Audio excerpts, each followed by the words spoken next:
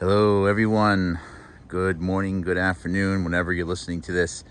It is Tuesday, June 11th, 2024, and it's time for a Stair project update. Big milestone yesterday with the base plates for the entryway finally permanently installed. Just going to do a quick review. This will just take a few minutes. We put a couple cobblestones. We had a big pile of leftover cobblestones, and I filled in this area here in this walkway, which I myself again all cut and put down some 10 or 12 years ago right now. I did have to get a couple of additional larger stones to fill in some spaces, and I found in a pile that I have of just random rocks between 3 to 9 inches. You can get a few yards of those delivered, usually pretty cheap, from a quarry. I filled in a couple of the small spots and used the polymer sand, so nicely balanced out. And this way you don't have the mud in the right in front of the steps, etc. But the big project were really these. So finally the base plates are installed. I'll go over how they work. They're from a company called OZCO, OZCO. And you can see how we have two to the left, two to the right, and then in the back, aligned with these, is the back post. So we don't repeat the double posts in the back. For these for these plates, I had to get a grinder and I had to smooth out the poured concrete, which kind of stinks because I did have a nice texture here, and now immediately around the post you see there's going to be a little bit of smooth area. Over time, that will probably, I could pit that a little bit if I want to, but I'm not too worried about it right now. These are 3/4 inch, 10 threads per inch anchor bolts. I went to the hardware store. I got some hardened steel ones with the lock nut just to help hold them down. Now, according to the manufacturer's instructions, you either can use these pre-drilled holes there, or just the one post in the middle. I decided to use both. So these are Tapcon 1 3/4 inch long white concrete anchors. The white concrete anchors are stainless steel. This area is going to be covered, so you shouldn't get too wet, but still it's going to be outdoors and it's going to be here 50 to 100 years from now, so might as well do it right. So I had to go around and drill the holes. The bits wore out pretty fast because this is a crack resistant concrete with the little polymers put into it.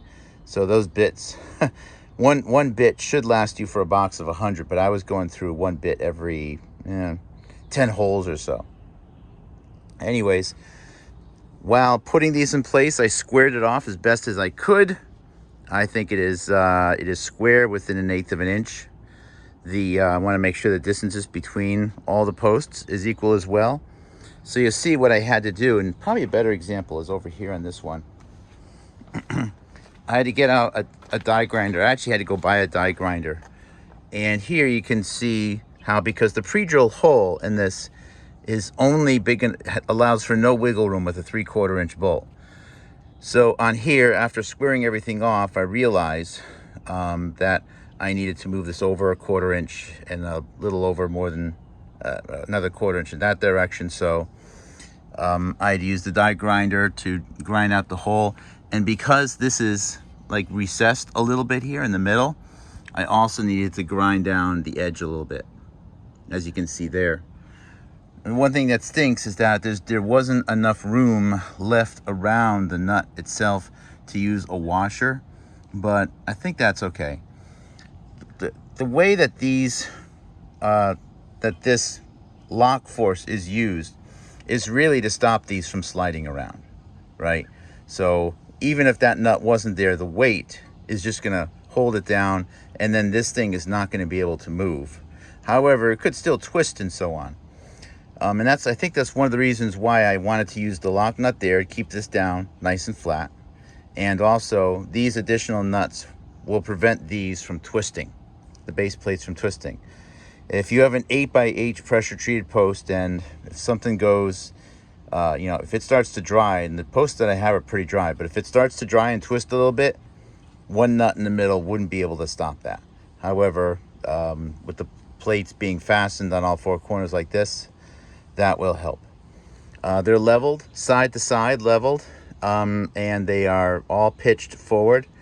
They're not 100% on the same plane. They may be off like a 1/16 of an inch, but that's okay.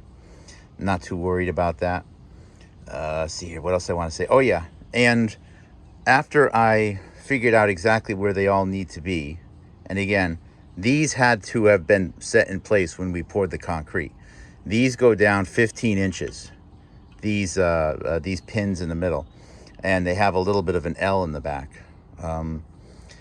So they they are not removable.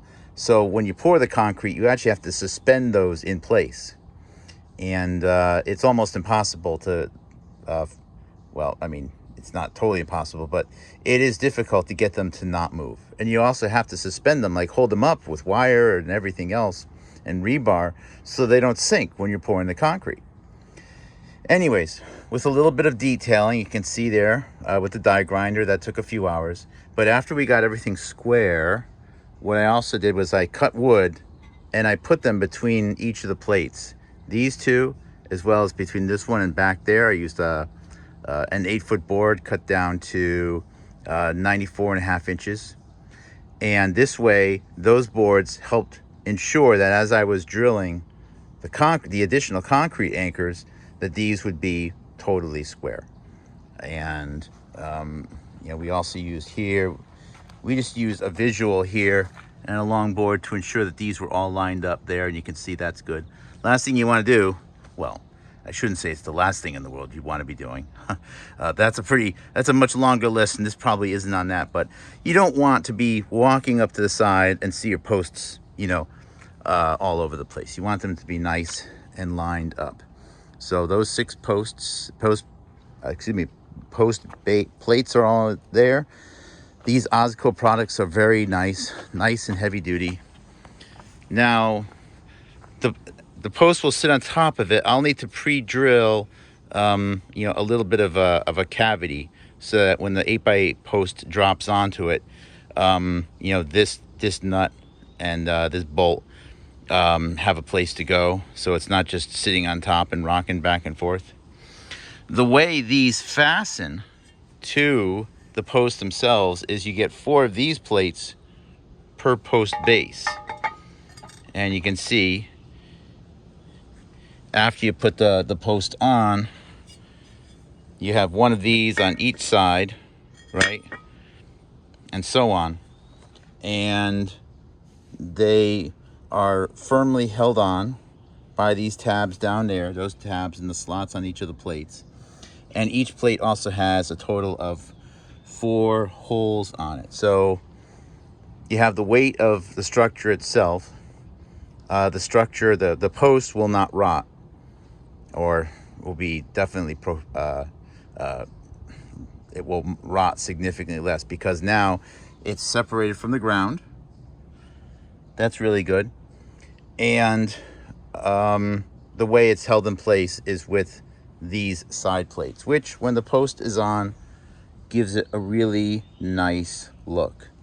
I like this because if you could go out there and buy 1-piece bases, but they never fit, and this actually allows for a little bit of flexibility, because an 8x8 post could be 7.5 by 7.5. It could be 7.25 by 7.25. It could be 7.25 by 7.5. You never know. But now this will actually bend to that.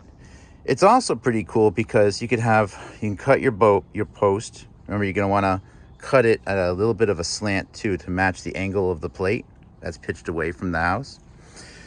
And you could stand it up. Make sure it's not too windy. The wind could blow it over. Or you could just have someone hold it. And then you could just use these plates to, you know, with a couple temporary screws, hold the post in place. And assuming no one leans on it, it will actually be secure enough to stand up while you build the rest of the frame around it to hold it into place.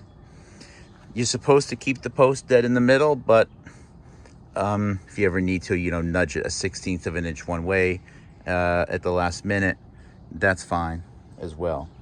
So it was a lot of work, but This is a huge milestone in the project, because now we finally transition from working on the masonry to working on the wooden structure, and this is the interface.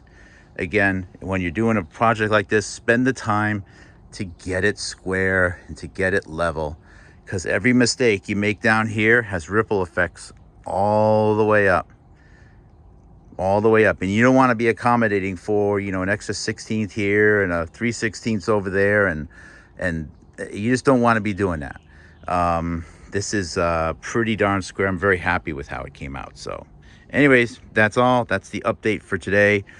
We do have the lumber now, and we're just trying out a couple different stain colors.